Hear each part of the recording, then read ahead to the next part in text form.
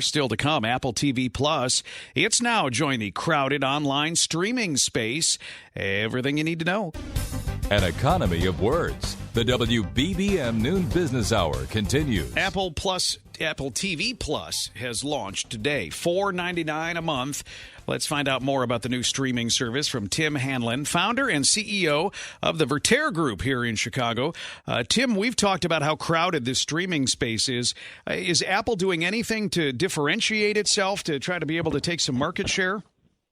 Well, certainly. It's a very interesting sort of dynamic, Cisco, that Apple is choosing here. And frankly, it's not a like-for-like comparison. It's very much apples and oranges, no pun, or perhaps a pun. Netflix obviously, has defined what an all-you-can-eat streaming service looks like, and we all know about all the other streamers that are out there as well as still to come.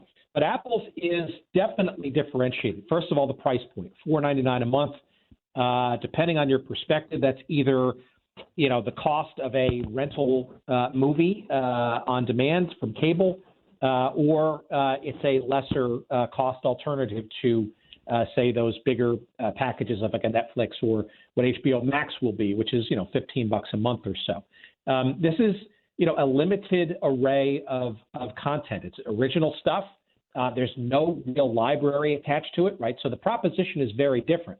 I think for Apple, it's actually a very interesting move because they have a gigantic install base and a superior customer service love of their products. And I think what Apple is doing here is beginning a longer journey that might more emulate what Amazon does with Amazon Prime. And Amazon Prime, a very robust service for streaming as well, but is really part of a bigger calculus with Amazon, which is things like free shipping, et cetera. You can see that maybe Apple might use this as a window into upgrading services and maybe helping bring down the cost of very expensive hardware by becoming more of a service company, not sort of an end user buy a consumer electronics business.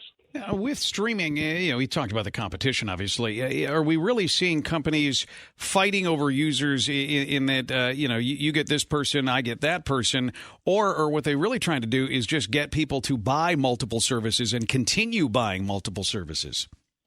Yeah, I mean, look, that's a really good question. And if you take that from I own an Apple Watch and an iPad and an Apple phone device, right?